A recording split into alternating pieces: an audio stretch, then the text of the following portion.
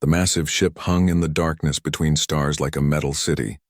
Inside its halls, thousands of alien soldiers prepared for what they believed would be an easy victory. The Vorthan Empire had conquered 12 different worlds in the past 50 years. Each time the pattern was the same. They studied the target planet, found its weaknesses, and crushed all resistance within days. Admiral Kale Vorthak stood before a huge screen that showed planet Earth spinning slowly in space. Blue oceans covered most of the surface, with brown and green continents scattered across the globe. To him, it looked like just another primitive world waiting to join his empire. "Look at this pathetic planet," Vorthak said to his officers. "The creatures living there still use metal bullets and chemical explosives. They fight each other over pieces of dirt and imaginary lines on maps. How can such a backward species pose any threat to us?" Commander Zeth Malaran, Vorthak's second-in-command, nodded in agreement. "Our scouts have watched them for 20 years, Admiral. They have no unified government. Their military forces are split into hundreds of small groups. Most of their weapons are hundreds of years behind our technology." The holographic display changed to show human soldiers in action. Videos from Earth's recent conflicts played across the screen. Men and women in camouflage uniforms carried rifles and rode in metal vehicles with wheels instead of hovering above the ground. Their aircraft moved slowly through the air, powered by burning fuel instead of clean energy cores. "See how they move." Vorthak pointed at the images. "Slow and clumsy. They need to eat food every few hours and sleep for 8 hours every day. Half of their short lives are wasted on basic survival needs. Meanwhile, our warriors can fight for days without rest." The other Vorthan officers laughed at the display. To them, humans looked like children playing war games with toys. Their largest armies had only a few 100,000 soldiers. The Vorthan Empire could deploy millions of troops from a single battle fleet. "What about their space defenses?" asked Colonel Vex Thorin from the back of the room. "They have none worth mentioning," Malaran replied. "A few primitive satellites that move in predictable paths. Some rockets that can barely reach their own moon. They have never fought a battle beyond their planet's atmosphere. Most of them do not even believe other intelligent life exists in the universe." Vorthak turned away from the screen and faced his officers. His tall gray form cast a long shadow across the floor. Like all Vorthans, he had 4 arms and silver eyes that could see in complete darkness. His people had evolved on a harsh world where only the strongest survived. War was their natural state. "The plan is simple," the Admiral announced. "We will appear above their major cities and demand surrender. When they refuse, we will destroy a few military bases to show our power. Within hours, their leaders will beg to serve the Empire. Then we begin mining operations and set up labor camps." On the bridge's main computer, detailed files about Earth scrolled past. Population numbers, resource locations, and military strength estimates filled the screen. Every piece of information suggested that humans would surrender quickly when faced with superior technology. What the Vorthan intelligence files did not show were the secrets hidden deep underground, on Earth, in facilities buried beneath mountains and deserts. Humans had been preparing for this day for much longer than anyone realized. Colonel Park Min-ho sat in a dark room 3 miles below the surface of South Korea. Banks of computers surrounded him, each screen showing different parts of the solar system. For the past 6 months, he had been tracking unusual energy readings from the outer planets. The pattern suggested large ships moving through space in formation. "The readings are getting stronger," Park told his assistant, Lieutenant Cho Yunbi. "Whatever is out there, it's getting closer to Earth. Should we report this to the United Nations Defense Council?" Yunbi asked. Park shook his head. "Not yet. We need more data. But start sending alerts to the special units. Use code word Phoenix." Thousands of miles away in a secret facility hidden beneath the Nevada desert, Dr. Lee Subin worked on projects that would have amazed the Vorthan scouts if they had known about them. Her laboratory contained technology that seemed impossible by Earth standards. Weapons that fired beams of pure energy, armor that could stop bullets without weighing more than normal clothes, communication devices that worked instantly across any distance. "The final tests are complete," she told General Park Sunwoo over a secure video link. "All systems are ready for deployment. When do we begin distribution to the field units?" "Soon," the general replied. "Our observers have detected large objects approaching from deep space. The day we have prepared for may finally be here." In Virginia, Master Sergeant Lee Hanna finished cleaning her weapon and placed it back in its case. To anyone watching, it looked like a normal rifle. But the weapon contained technology that could penetrate armor designed to stop conventional bullets. She had spent 5 years training with equipment that officially did not exist. Her unit, like dozens of others scattered across America, had been training for a war that most people believed would never come. They practiced fighting enemies with superior technology and overwhelming numbers. Every exercise was based on scenarios where Earth faced invasion from space. "Pack your gear," she told her squad. "We just received a Phoenix alert. All leave is canceled starting now." Her soldiers moved quickly to gather their equipment. Like her, they were all veterans of Earth's recent wars. They had learned to fight against enemies who had better weapons and more resources. The skills that kept them alive in Iraq and Afghanistan would serve them well in the battles to come. Meanwhile, the Vorthan fleet continued its approach toward Earth. Vorthak's ships moved slowly through space, taking time to study their target and plan the conquest. The admiral saw no reason to hurry. After all, what could primitive humans do against the might of the Empire? The massive invasion force consisted of 50 battle cruisers, each one capable of destroying entire cities. Thousands of smaller ships carried troops and equipment for the occupation that would follow Earth's surrender. Supply vessels carried enough food and materials to support the fleet for years if necessary. But Vorthak did not expect to need years. Based on every previous conquest, Earth should surrender within days of the first demonstration of Vorthan power. The humans would see their weapons were useless and their cause was hopeless. Then they would accept their new role as workers in the Empire. As the alien fleet drew closer to Earth's solar system, hidden sensors placed on asteroids and comets began sending warnings back to the planet. In secret command centers around the world, military officers who had spent decades preparing for this moment began activating plans that had been years in the making. The Vorthans believed they were approaching a weak and defenseless world. They had no idea they were flying into the most carefully prepared trap in human history. The morning sky over New York City suddenly darkened as a massive shadow fell across Manhattan. People walking to work stopped and looked up to see something that should not exist. A ship the size of 10 city blocks hung motionless in the air above them. Its dark metal hull reflected no light, and strange blue energy crackled along its edges. Similar scenes played out in London and Tokyo at the same moment. 3 enormous Vorthan destroyer ships had appeared without warning, positioning themselves over Earth's most populated cities. The aliens wanted their first message to reach as many humans as possible. In Seoul, President Kim Tae-yong was pulled from a morning meeting by his security chief. "Sir, you need to see this immediately," the man said, leading him to the Situation Room where dozens of screens showed the alien vessels from every angle. "How long have they been there?" President Kim asked. 17 minutes and counting," replied Defense Minister Park Youngman. They appeared simultaneously at exactly 9 a.m. local time in each city. No radar detected their approach. They simply materialized. The ships hung in the air for exactly 1 hour. During that time, millions of people gathered in the streets below, pointing cameras and phones at the visitors from space. Social media exploded with videos and theories. Some people thought it was a movie stunt or military exercise. Others knew immediately that humanity was no longer alone in the universe. Then the ships began to speak. The voice came from everywhere at once. Every television, radio, and internet device on Earth broadcast the same message in perfect local languages. The words were clear and cold, spoken with absolute authority. "Primitive inhabitants of the third planet," the message began. "Your world has been selected for integration into the Vorthan Empire. Your species shows potential for useful labor in our mining and agricultural operations." President Kim felt his blood turn cold as he listened to the broadcast. Around the world, other leaders had the same reaction. This was not a friendly first contact between civilizations. This was a declaration of conquest. "You have been evaluated and found suitable for supervised existence under imperial rule," the voice continued. "Your governments will surrender immediately. Resistance is futile and will result in unnecessary destruction of useful infrastructure and population." To demonstrate their power, each alien ship fired a single beam of bright blue energy at a carefully chosen target below.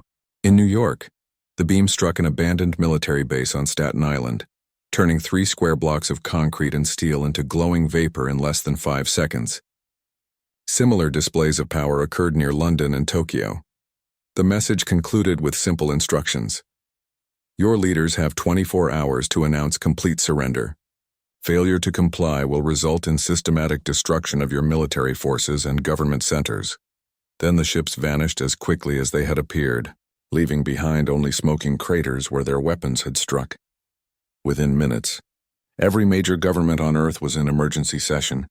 At the United Nations building in New York, Secretary General Ojwang called for an immediate meeting of the Security Council. Representatives from every nation rushed to attend what might be the most important gathering in human history. "We face a threat unlike anything our species has ever encountered," Secretary General O announced to the packed assembly hall. "These aliens possess technology far beyond our current capabilities. Their weapons can destroy entire city blocks in seconds." General Park Sun-woo stood at the podium and activated a holographic display showing analysis of the alien attacks. Based on energy readings from the 3 demonstration strikes, each of their ships carries enough firepower to level a major city. "We estimate their shields could deflect any conventional weapon in our current arsenal." The mood in the room was grim. Military leaders from around the world shared intelligence reports that painted a hopeless picture. Radar systems had detected nothing before the ships appeared. Missiles fired at the vessels during their hour-long display had simply bounced off invisible barriers surrounding the hulls. But in a secure conference room beneath the UN building, a different kind of meeting was taking place. General Lim Kyung-min spoke quietly to a small group of military officers from America, Russia, China, and several other nations. "Operation Phoenix is now active," he announced. "All hidden assets are authorized for deployment. Contact your special units and begin moving equipment to staging areas." Colonel Choi Dae-hyun received his coded orders while sitting in what appeared to be a normal office building in Virginia. To anyone watching, he was just another government worker doing paperwork. In reality, he commanded one of America's most classified military units. The message on his secure computer was brief. "Phoenix authorized. Deploy Package 7 to all designated teams. Expect contact within 48 hours." Across the country, similar messages reached carefully selected soldiers and scientists. Men and women who had spent years training with equipment that officially did not exist began moving toward positions they had practiced, reaching hundreds of times. In Nevada, Dr. Lee Subin walked through her underground laboratory one final time, checking systems that represented decades of secret research. The weapons her team had developed were unlike anything the aliens expected humans to possess. "Begin final loading procedures," she told her assistants. "All prototype systems are now approved for field deployment. Priority goes to the East Coast units." The laboratory buzzed with activity as scientists and technicians prepared equipment for transport. Weapons that fired beams of coherent energy were loaded into cases that looked like they contained normal military supplies. Communication devices that could not be jammed or intercepted were distributed to team leaders. Meanwhile, the Vorthon fleet waited in space beyond Earth's moon. Admiral Vorthak reviewed reports from his reconnaissance units with satisfaction. The humans were reacting exactly as predicted. Their leaders were meeting in panic while their primitive military forces scrambled uselessly to prepare defenses. "The demonstration was perfect," Commander Malloran reported. "Our intelligence shows their governments are already discussing surrender terms. Several smaller nations have announced they will not resist imperial occupation." Vorthak nodded approvingly. "Excellent. Begin moving our landing forces into position. We will give them the full 24 hours as promised, but I expect formal surrender within 12. These creatures are not stupid enough to fight a war they cannot win." The Admiral had no idea how wrong he was about human intelligence and determination. As night fell across Earth, secret facilities that had been hidden for decades came alive with activity. Soldiers who had trained their entire careers for this moment checked weapons and equipment one final time. Scientists made final adjustments to technology that would soon shock the galaxy. The aliens had given humanity 24 hours to surrender. Instead, those hours would be used to prepare for the most important war in human history. In command centers buried deep underground, officers who had spent years planning for this day began issuing orders that would change everything. The invasion force approaching Earth expected to find a weak and defenseless planet. They were about to discover just how wrong their intelligence had been. The first Vorthon landing ships descended toward Earth like falling stars, their hulls glowing from passage through the atmosphere. Admiral Vorthak had chosen landing sites carefully, targeting areas near major cities where resistance would be minimal and surrender would come quickly. The lead transport settled onto a field outside Denver, Colorado. Its massive doors opened with a hiss of escaping air, and 200 Vorthon soldiers marched out in perfect formation. Each warrior stood 7 feet tall and carried energy weapons that could melt through tank armor. Their powered armor made them nearly invulnerable to human bullets. Captain Kim Hyejin watched the landing through high-powered scopes from her position in the nearby mountains. Her team of 20 soldiers lay hidden among the rocks, completely invisible to alien sensors. They had been waiting in this exact spot for 3 days ever since the Phoenix alert went out. "Remember your training," she whispered into her radio. "These weapons have never been tested in combat, but the simulations show they will work. Wait for my signal." The Vorthon patrol began moving toward the highway, expecting to encounter terrified civilians or token resistance from local police. Instead, they walked into the most carefully planned ambush in military history. When Captain Kim gave the order, her soldiers opened fire with weapons that should not have existed on Earth. Beams of pure energy lanced out from the mountainside, striking the alien troops before they could react. The Vorthon personal shields, designed to stop conventional bullets, failed completely against the new human weapons. In less than 30 seconds, an entire alien patrol was eliminated without firing a single shot in return. "Control, this is Mountain Team," Kim reported. "Package 7 is effective. Repeat, the new weapons work perfectly." Similar scenes played out across America as other Vorthon landing parties met unexpected resistance. Near Phoenix, Arizona, former Army Ranger Lee Jiwoo led his unit in a textbook guerrilla assault. The aliens found themselves under attack from enemies they could not see, using weapons they did not understand. "How is this possible?" Commander Tex Volan demanded over the radio as his forces came under fire from multiple directions. "Human weapons cannot penetrate our armor." But the beams striking his soldiers were not based on human technology alone. They incorporated principles learned from decades of studying crashed alien vessels and captured equipment. Every shot was precisely calibrated to overwhelm Vorthon defensive systems.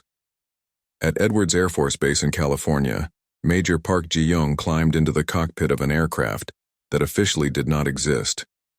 The fighter looked similar to conventional jets, but its engines used technology reverse-engineered from alien propulsion systems recovered over the past 50 years.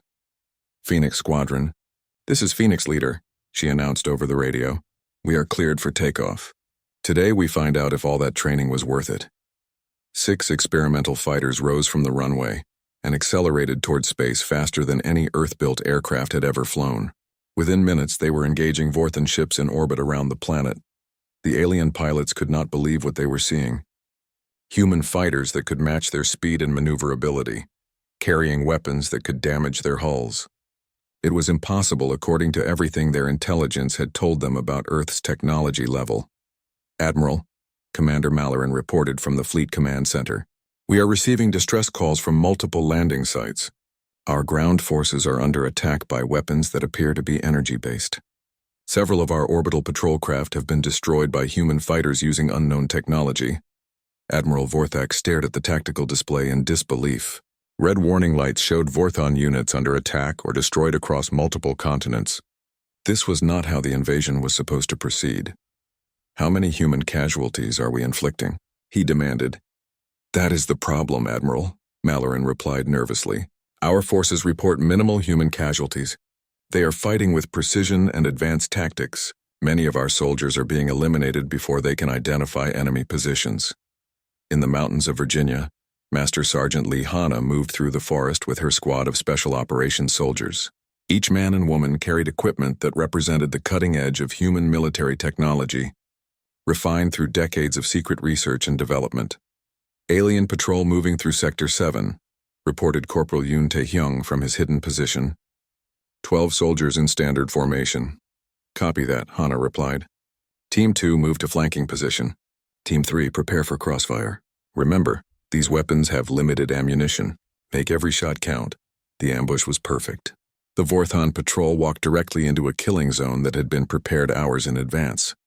Human soldiers using advanced camouflage technology remained invisible until the moment they opened fire. The engagement lasted less than a minute, When it was over, 12 alien soldiers lay dead and the human team had vanished into the forest without suffering a single casualty. What confused the Vorthans most was the coordination between human forces. Their jamming technology should have disrupted all Earth-based communications, leaving human units blind and isolated. Instead, the humans seemed to anticipate every alien move and coordinate their responses. Perfectly, Dr. Choi Minji had solved that problem years earlier with quantum entanglement communication, systems that operated on principles the Vorthans had never encountered. Every human unit could communicate instantly and securely, no matter how much interference the aliens generated. "All teams, this is Control," came the voice over quantum radio. "Enemy forces are falling back to defensive positions around their landing sites. Begin Phase 2 operations. Priority targets are their command vehicles and communication arrays." The second phase of the human response was even more devastating than the first. While alien forces tried to establish secure perimeters, human infiltration teams struck at the heart of their operations. Staff Sergeant Park Woo-jin led a combined team of Navy SEALs and Army Rangers in an assault on the main Vorthan command post outside Denver. Using stolen alien stealth technology, they approached the heavily defended position without being detected. "Remember," Park whispered to his team, "these charges are designed specifically for alien hull material. Plant them exactly as practiced and get out fast." The explosive devices his team carried were unlike anything in conventional human arsenals. Developed through analysis of alien materials and energy systems, they could penetrate Vorthan armor and destroy their equipment from the inside. The command post erupted in a series of controlled explosions that left the local Vorthan forces blind and leaderless. Similar strikes occurred at alien positions around the world, coordinated to maximum effect. By the end of the first day of fighting, Admiral Vorthak faced a situation that had never occurred in the Empire's history of conquest. Instead of accepting defeat, the humans were winning. "Sir," Commander Malloran reported with obvious distress, "we have lost contact with 40% of our ground forces. The humans are using technology that matches or exceeds our own capabilities. Our intelligence was completely wrong about their military strength." Vorthak studied the tactical displays showing the true scope of human resistance. Red markers indicated destroyed or missing Vorthan units across every continent. The invasion that should have ended in hours was turning into a disaster. "How is this possible?" the Admiral demanded. "Our scouts observed this planet for decades. Where did they acquire such advanced weapons?" The answer to that question lay buried in files that human governments had kept classified for 70 years. Every crashed alien ship, every recovered piece of technology, every secret encounter had been carefully studied and reverse-engineered. The Vorthan Empire had unknowingly been providing Earth with the tools for its own defeat, one crashed scout ship at a time. As night fell across the battlefields, human forces prepared for the next phase of their counterattack. The aliens had expected to find a primitive and defenseless world. Instead, they had awakened a sleeping giant that had been preparing for this war longer than they could imagine. General Song Minkyu stood before a gathering of world leaders in the deepest bunker beneath Washington, D.C. The room had been built to survive nuclear war, but today it served as the command center for humanity's greatest battle. Maps on the walls showed alien positions marked in red, while blue indicators tracked human forces moving to surround them. "Ladies and gentlemen," the general announced, "it is time to reveal the truth about Operation Hidden Shield. For 70 years, our nations have been preparing for this day." President Kim Tae-yang leaned forward in his chair. Like the other leaders present, he had known that secret military programs existed, but the full scope of human preparation was beyond anything he had imagined. "In 1947, we recovered our first alien spacecraft in the American desert," General Song continued. "Since then, we have collected technology from 43 different crash sites around the world. Every piece of equipment, every scrap of data, has been studied and improved upon by our best scientists." The holographic display in the center of the room activated, showing a timeline stretching back decades. Images of crashed alien ships, recovered weapons, and reverse-engineered technology filled the air above the conference table. "The Vorthans are not the first aliens to visit Earth," Song explained. "They are simply the first to arrive in large numbers with hostile intentions. Every previous encounter taught us something new about alien technology and tactics." High above Earth's atmosphere, Captain Oh Seung-yun commanded humanity's most closely guarded secret. The starship Freedom had been launched from a hidden facility in Alaska 6 months earlier, built using technology that combined human engineering with alien innovations collected over decades. All systems are green, reported Lieutenant Commander Bae Soyan from the weapons station. We are ready to engage the enemy fleet on your orders, Captain. The Freedom was not alone. 3 more human starships had been secretly constructed and positioned around Earth's solar system. Each vessel carried weapons designed specifically to counter Vorthon shields and armor. This is Freedom Actual to all Phoenix units, Captain O announced over the quantum communication system. Operation Starfire is authorized. Engage enemy fleet at will. The first space battle in human history began as 4 Earth ships attacked the massive Vorthon invasion fleet. The aliens were completely unprepared for resistance in space, having believed humans possessed no interstellar capability. Admiral Vorthak watched in horror as his flagship came under attack from vessels that should not exist. Human weapons pierced his shields like they were made of paper, sending explosions rippling across the hull of his command ship. How is this possible? He demanded as his bridge shook from another impact. Humans do not have space-capable warships. Apparently they do, Admiral, Commander Malloran replied while struggling to maintain his balance. And their weapons are designed specifically to counter our defensive systems. On Earth's surface, the war entered a new phase as human forces went from defense to attack. Sergeant First Class Park Woo-jin led a combined international strike team in an assault on the largest Vorthon base, established in what had been a quiet farming area in Kansas. The alien fortification covered 10 square miles and housed over 5,000 Vorthon soldiers. Its shields could deflect conventional weapons, and its automated defenses had destroyed every previous human attack. But Park's team carried weapons that the aliens had never faced before. Remember your training, he told his soldiers as they approached the perimeter. These pulse grenades will overload their shield generators. Once the barriers are down, we go in fast and hard. The assault began at dawn with a coordinated strike that combined human tactics with alien technology. Experimental weapons fired beams that disrupted Vorthon shield generators, while invisible human soldiers moved through gaps in the defenses. What followed was a masterpiece of military coordination. Human forces struck from multiple directions simultaneously, using intelligence gathered from captured alien communication systems. Every move had been planned and practiced until it became automatic. The Vorthon defenders found themselves fighting an enemy that knew their positions, understood their tactics, and possessed weapons capable of penetrating any defense. Within 6 hours, the largest alien stronghold on Earth had fallen. The psychological impact on the remaining Vorthon forces was devastating. These soldiers had conquered 12 worlds without ever facing serious resistance. The idea that primitive humans could defeat them in open battle was impossible to accept. Dr. Kim Yoonji made the breakthrough that sealed the aliens' fate. Working from a laboratory hidden beneath Seoul, she had spent months analyzing captured Vorthon communication equipment. Her team finally cracked the encryption codes that protected enemy transmissions. We are now inside their entire communication network, she reported to General Song. Not only can we intercept every message, we can send false orders directly to their units. The ability to feed disinformation into Vorthon command systems turned the war decisively in humanity's favor. Human commanders could now direct alien units into ambushes, create confusion in their ranks, and coordinate attacks with perfect timing. Lieutenant Colonel Lee Young-ho demonstrated the power of this advantage during the Battle of Houston. His combined force of American Marines and international special operations troops used false Vorthon communications to divide the alien defenders and turn them against each other. Command: "This is Strike Team Alpha," Lee reported as his forces overran another alien position. "The enemy is in complete disarray.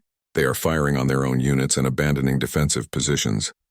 The combination of superior human tactics, advanced technology, and psychological warfare proved unstoppable. One by one, alien strongholds fell to coordinated human assaults that seemed to anticipate every defensive move. In space, the battle was equally decisive. Captain O's starship Freedom led the human fleet in a running battle that drove the Vorthon invasion force away from Earth. The aliens, designed for overwhelming weaker civilizations, could not adapt to fighting opponents who matched their technology and exceeded their tactical flexibility. "Enemy flagship is disabled," reported Commander Bae from her position at the weapons console. Their entire command structure appears to be in collapse. The turning point came when Staff Sergeant Yoon Tae-hyung's infiltration team achieved what no one thought possible. Using captured Vorthon stealth technology and infiltration techniques learned from decades of special operations, they penetrated the enemy flagship and captured Admiral Vorthak himself. The arrest of their supreme commander sent shockwaves through the alien fleet. Vorthan discipline, built on absolute hierarchy and unquestioned authority, crumbled when soldiers learned their leader had been taken prisoner by the very enemies they had dismissed as primitive. "This is impossible," Vorthak said, as human soldiers escorted him from his own bridge. "Your species was evaluated as incapable of interstellar warfare. How do you possess technology equal to the Empire?" Staff Sergeant Yoon smiled as he placed restraints designed for alien physiology around the Admiral's forearms. "We had good teachers," he replied. "Every ship that crashed on our planet taught us something new. Every piece of equipment you lost became part of our arsenal." News of the Admiral's capture spread through both human and alien forces within hours. For the humans, it represented final proof that their enemies could be defeated. For the Vorthons, it meant the complete collapse of their invasion plans. Commander Malloran, now the senior surviving Vorthon officer, faced a situation that had never occurred in Imperial history. His forces were scattered and demoralized, his supply lines cut, and his command structure destroyed. "All units," he broadcast over what remained of the alien communication network, "begin immediate withdrawal to Rally Point 7. We are abandoning the invasion." But the humans were not finished. As Vorthon forces attempted to retreat, human units struck at their landing sites and supply depots. The withdrawal became a rout as alien soldiers abandoned equipment and fled toward their remaining transport ships.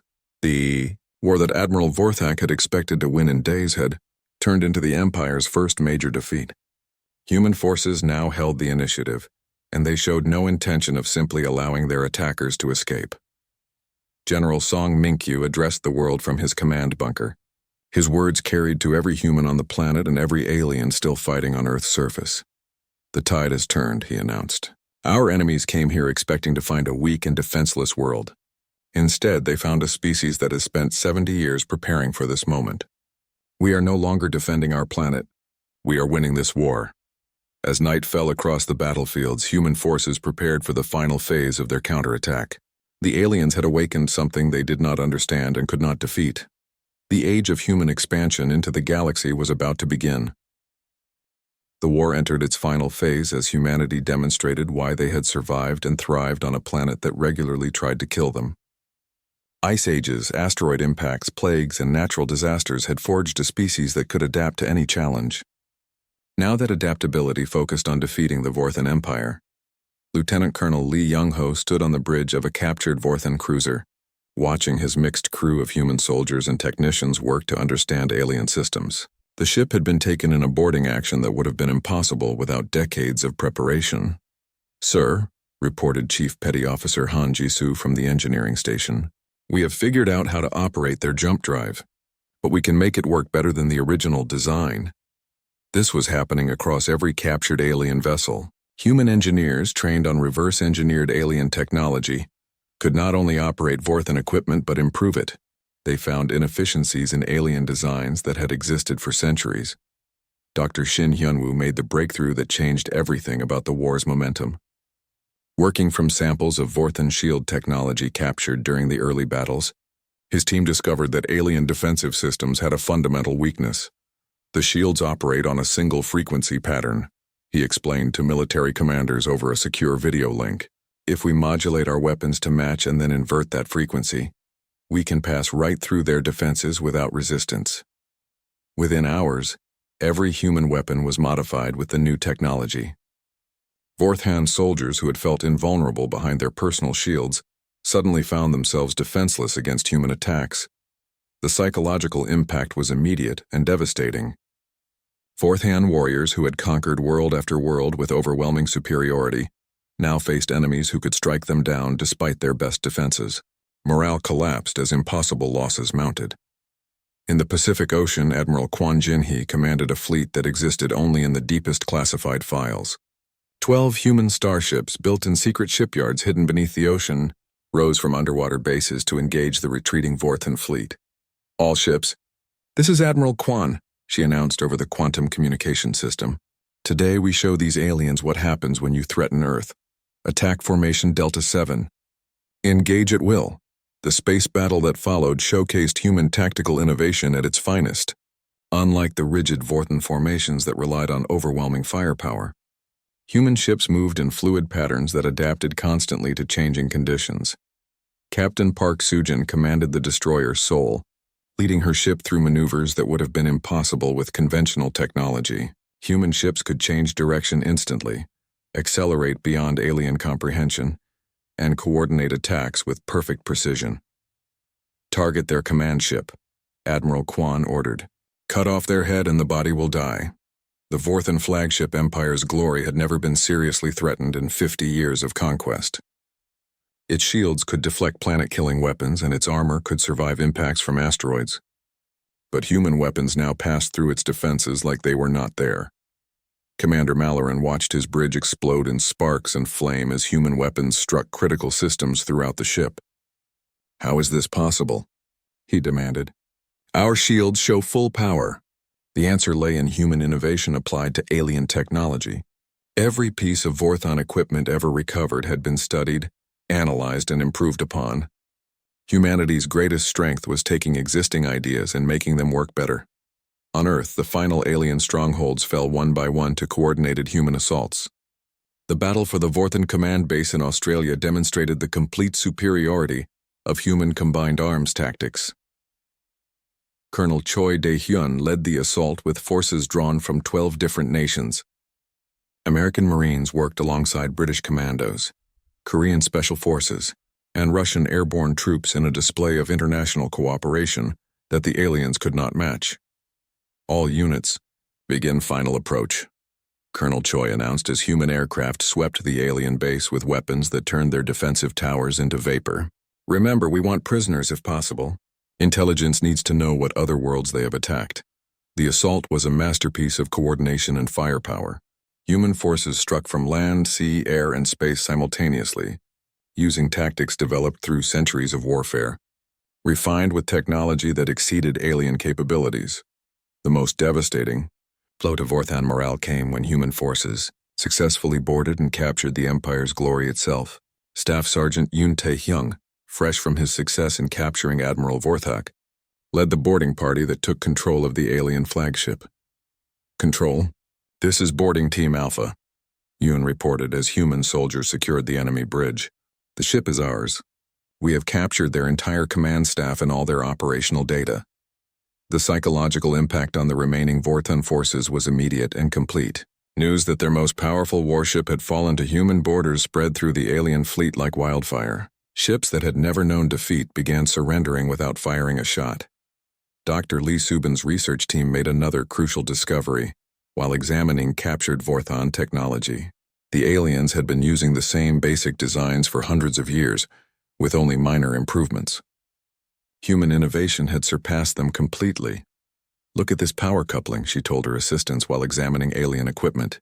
"We can increase its efficiency by 40% just by changing the crystal alignment." Their technology is actually quite primitive once you understand the principles.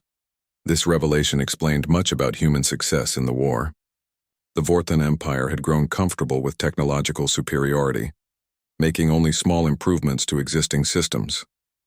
Humans, forced to innovate constantly by their harsh world, had taken alien principles and advanced them far beyond their original capabilities. The final space battle occurred near Jupiter, where the remnants of the Vorthan invasion fleet made their last stand. Admiral Kwan's forces outnumbered the aliens 3-1, using ships that were faster, more maneuverable, and better armed than anything in the Imperial Navy. "Enemy forces are requesting permission to surrender," reported Captain Park from the Seoul. "They are offering to provide intelligence about other Imperial worlds in exchange for safe passage." Admiral Kwan considered the offer carefully. The war was already won, but the information could be valuable for future human expansion into space. "Tell them we accept their surrender, but they remain as prisoners until we verify their intelligence." The formal surrender took place aboard Admiral Kwan's flagship, with Vorthan officers handing over their weapons and command codes to human representatives. It was the first time in Imperial history that an entire invasion fleet had surrendered to an enemy they had initially dismissed as primitive. As the last alien resistance collapsed, human forces began the process of securing their victory. Captured Vorthon equipment was analyzed and reverse-engineered, adding even more capabilities to Earth's growing arsenal. General Song Minkyu addressed the world from the United Nations building, standing before representatives of every nation that had contributed to humanity's victory. Today marks not just the end of an invasion, but the beginning of a new age for humanity, he announced. We have proven that our species cannot be conquered or destroyed. We stand ready to take our place among the stars as equals to any power in the galaxy. The war that aliens had expected to win in hours had lasted 6 days and ended with their complete defeat. Human casualties numbered in the hundreds, while Vorthon losses reached into the hundreds of thousands. But the most important victory was not measured in military terms.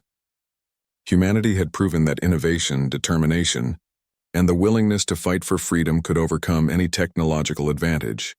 The galaxy would never underestimate the human species again. The age of human expansion was about to begin, built on the foundation of knowledge gained from defeating those who had sought to enslave them. Earth's children would carry the lessons learned in this war to stars that had never seen human ships. The Vorthon Empire had awakened a sleeping giant, and now they would face the consequences of that mistake. The interrogation of Admiral Vorthak took place in a secure facility, deep beneath the Rocky Mountains. Major Han Jisoo had spent years training for this moment, studying alien psychology and communication patterns through analysis of previous encounters. Your empire sent you here believing humans were weak, she said to the captured alien commander. Where did your intelligence come from? Vorthak sat in restraints designed specifically for Vorthon physiology, his forearms secured and his silver eyes dim with defeat. The proud admiral who had expected easy victory now faced the reality of complete failure. We observed your species for 20 cycles, he replied slowly. Your weapons were primitive. Your governments were divided. Your military forces seemed incapable of unified action. Major Han smiled coldly. You observed what we wanted you to observe. Every crashed scout ship, every captured probe, every piece of your technology that fell into our hands taught us more about you than you learned about us. The intelligence gathered from Vorthak and other captured officers revealed the locations of Imperial supply bases, fleet positions, and the home worlds of species that had been conquered by the Empire. This information would prove invaluable for humanity's next phase of operations. General Lim Kyung-min stood before a holographic display showing the entire solar system. Red markers indicated the positions of remaining Vorthon forces, while blue symbols tracked human ships moving to intercept them. Operation Starbreak is authorized, he announced to the assembled fleet commanders. We will pursue the retreating enemy forces and eliminate their ability to threaten Earth in the future. Captain Oh Seung-hyun received his orders aboard the Starship Freedom, now the flagship of humanity's first interstellar battle fleet. The mission was simple: follow the Vorthon retreat and destroy any forces that might return to threaten Earth. All ships, this is Freedom Actual, he announced over the fleet communication system. We are jumping to hyperspace in 60 seconds. Today we take the war to the enemy's territory. The human fleet that emerged from Earth's solar system consisted of 24 starships, each one incorporating the best of human innovation combined with captured alien technology. They represented the most powerful military force ever assembled by humanity. The chase through space lasted 3 weeks, with human ships pursuing scattered Vorthon forces across multiple star systems. Each engagement demonstrated the complete superiority of human technology and tactics. Admiral Kwon Jinhee commanded the pursuit force that cornered the last major Vorthon fleet near a dead star system. The aliens had attempted to regroup and plan a counterattack, but human intelligence networks had tracked their every move. Enemy forces are requesting negotiation, reported her communications officer. They claim to have authority to speak for the Imperial government. Admiral Kwon studied the tactical display showing the surrounded alien fleet.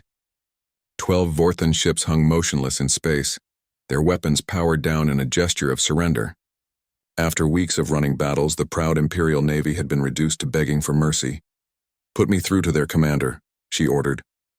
Let us hear what the mighty Vorthon Empire has to say. The face that appeared on the main screen belonged to Emperor Zalmoth himself, supreme ruler of the Vorthan Empire. His presence on the communications channel meant the situation was even more desperate for the aliens than human intelligence had realized. I am Emperor Zalmoth of the Vorthan.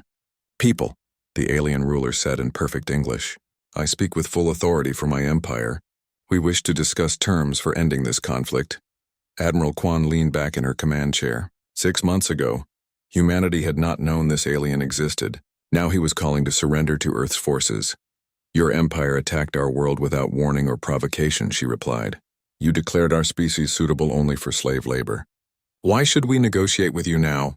Emperor Zalmoth's image flickered slightly as his ship's damaged system struggled to maintain the connection.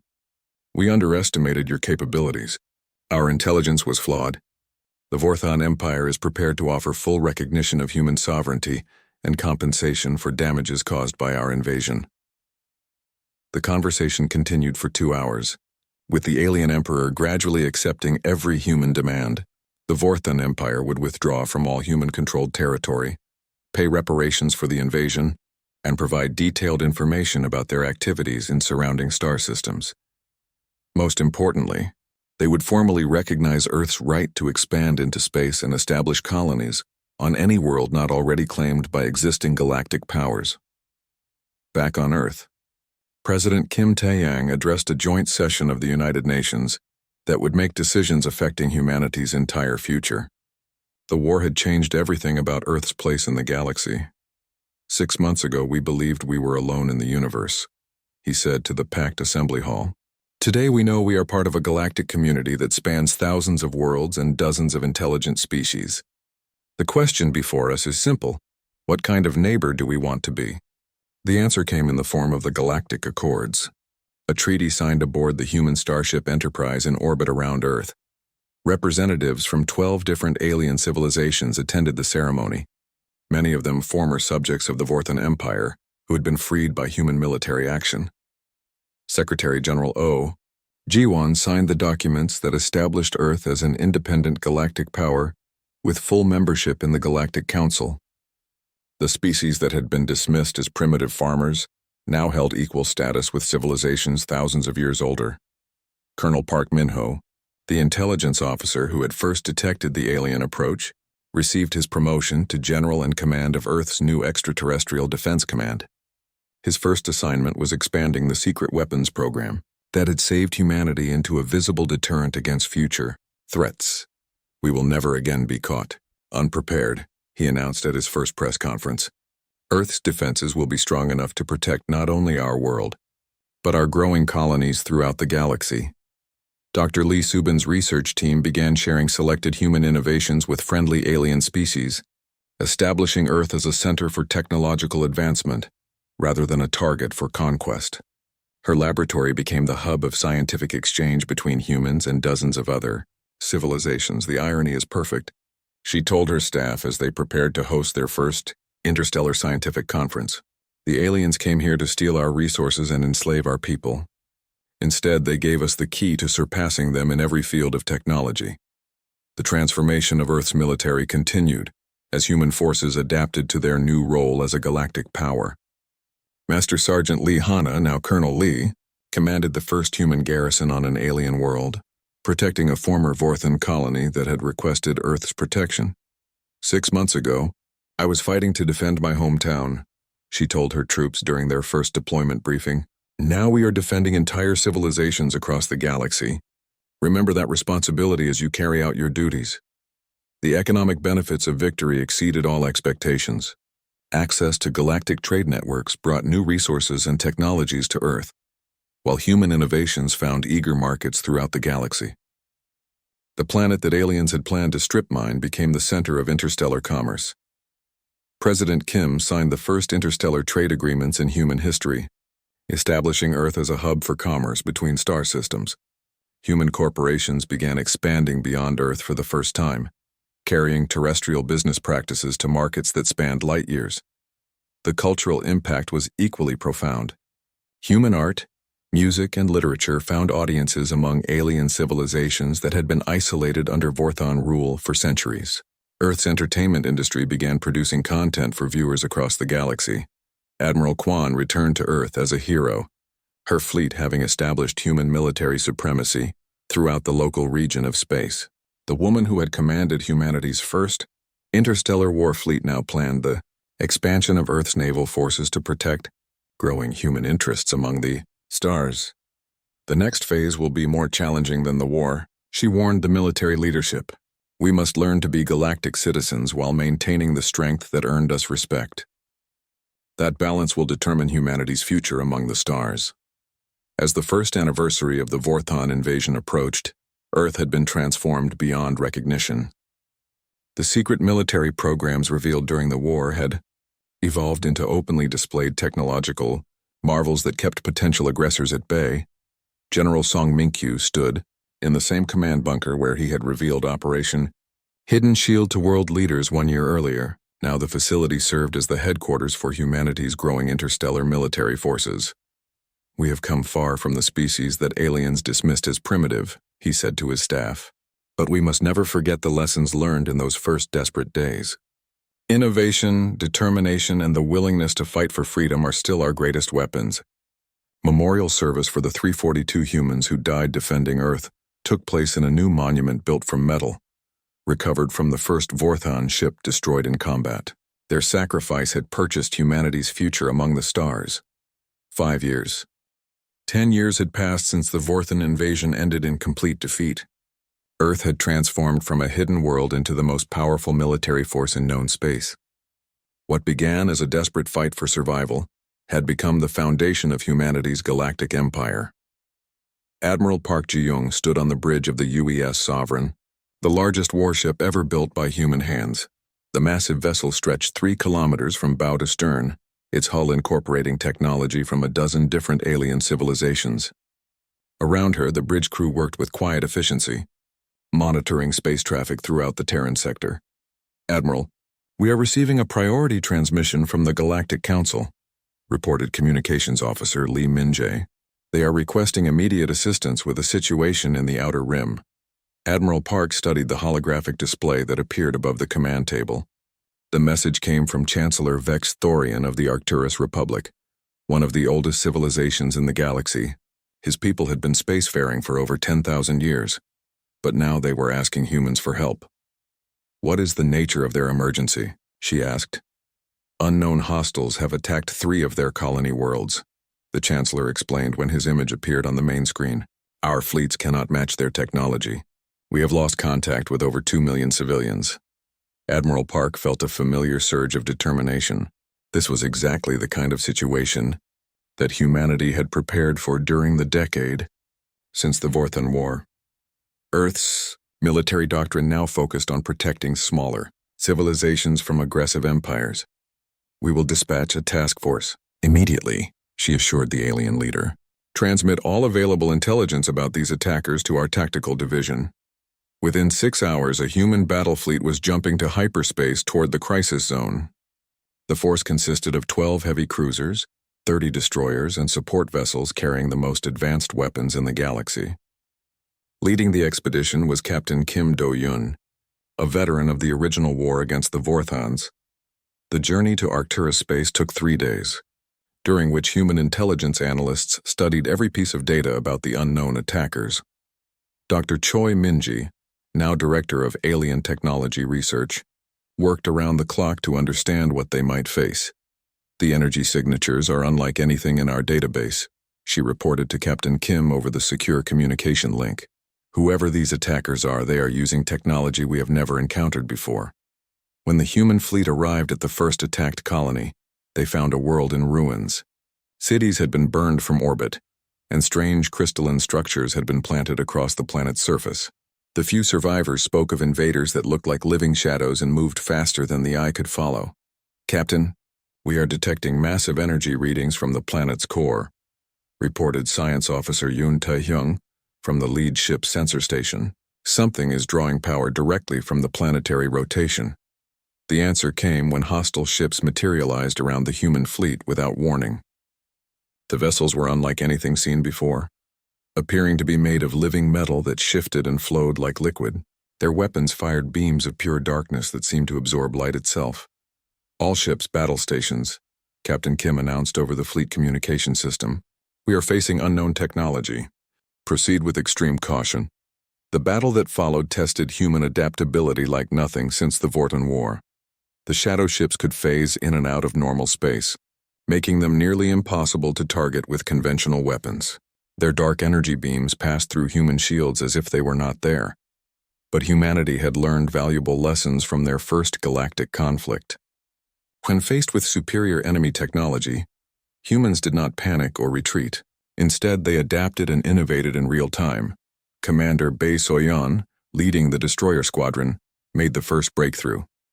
"Their ships seem to exist partially in normal space and partially somewhere else," she reported. "If we modulate our weapons to fire into both dimensions simultaneously, we might be able to hit them." The modification took less than 20 minutes to implement across the entire fleet. Human engineers trained to work with alien technology quickly reconfigured their weapon systems based on Commander Bae's theory. The results were immediate and devastating. Human weapons began striking the shadow ships with full effectiveness, causing them to solidify completely in normal space, where they could be destroyed by conventional firepower. Within 2 hours, the mysterious attackers had been eliminated completely. The victory sent shockwaves throughout the galaxy. Humanity had once again demonstrated their ability to defeat unknown threats through innovation and tactical flexibility. The species that had been dismissed as primitive 10 years earlier had become the galaxy's premier military force. President Shin Hyun-woo addressed the Galactic Council from Earth's new Capitol building, a structure that incorporated architectural elements from dozens of different worlds. Behind him, flags representing humanity's 43 colony worlds and 12 allied civilizations created a backdrop that symbolized Earth's growing influence. The attack on Arcturus colonies represents a threat to all peaceful civilizations, he declared to the assembled representatives. Earth pledges its full support to any world that faces aggression from unknown forces. The response was immediate and overwhelming. Within days, 17 different civilizations requested formal defense treaties with Earth.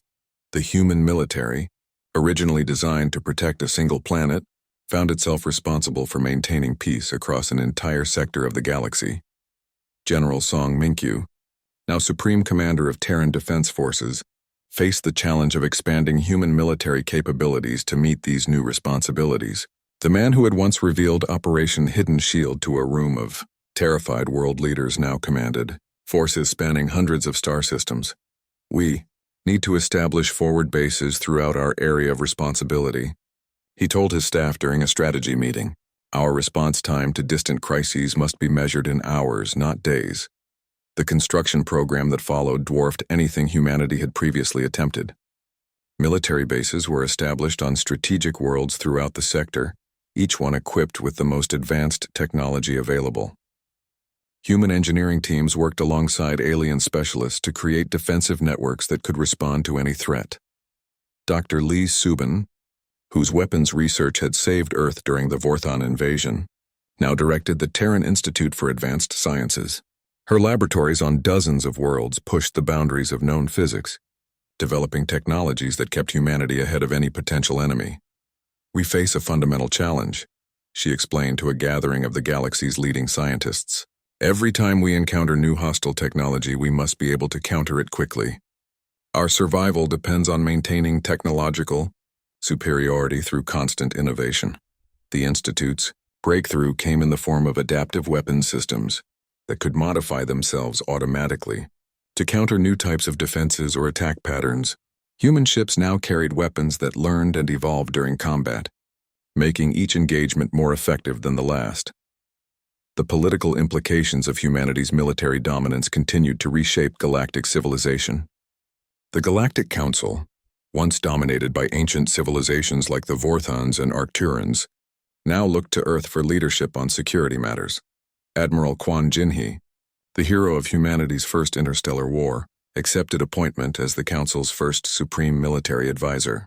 Her role was to coordinate defensive efforts across all member civilizations and ensure that no single threat could overwhelm the galaxy's peaceful worlds. 10 years ago, we fought to save our own planet, she reminded the Council during her inauguration ceremony. Today we fight to preserve the freedom of every civilization that chooses peace over conquest. The economic transformation of human space continued at an unprecedented pace. Trade routes that had been established during the post-war period now carried goods worth trillions of credits annually. Earth's corporations had become major players in galactic commerce, while human colonies provided resources and manufacturing capabilities throughout the sector. Minister of Commerce Park Woo-jin oversaw trade relationships that spanned hundreds of worlds and dozens of species. The former Special Operations soldier now negotiated deals that affected the economic well-being of entire star systems. Our success in business mirrors our success in war, he told a gathering of interstellar trade representatives. We adapt quickly to new situations, and we never accept that something cannot be improved. The cultural impact of humanity's rise continued to spread throughout the galaxy. Human art, literature, and entertainment had found eager audiences among species that had been isolated under various imperial systems. Earth's universities now hosted students from across known space. Professor Han Ji-soo, formerly a military intelligence officer, now directed the Galactic Studies program at Seoul University. Her courses on human military history had become required reading at military academies throughout the sector. The lesson of the Vorthan War applies to every aspect of galactic civilization. She taught her diverse classes of human and alien students. Never underestimate the